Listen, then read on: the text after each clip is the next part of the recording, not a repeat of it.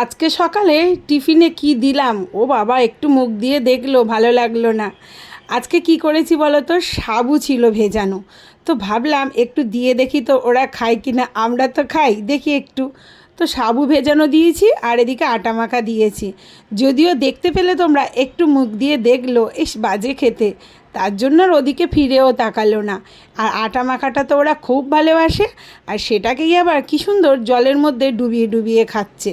ভাবলাম যে দেখি, তোমরা তো জানোই ওদেরকে আমি সব রকম খাবার দিয়ে দেওয়ার অভ্যেস করি, তো তার জন্যই দিলাম আর কি। কিন্তু আজকে বেকার, এই দেখো এলো, এও কিন্তু ফিরে তাকালো না। সবাই কিন্তু আটা মাখার দিকেই লক্ষ্য।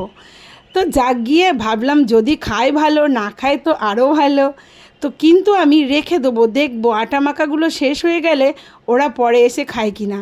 আর দেখো ওরা কিন্তু প্রত্যেকটা খাবার জলের মধ্যে ডুবিয়ে দেয়, দিয়ে তারপরে খায়, খুব সুন্দর কিন্তু লাগে দেখতে।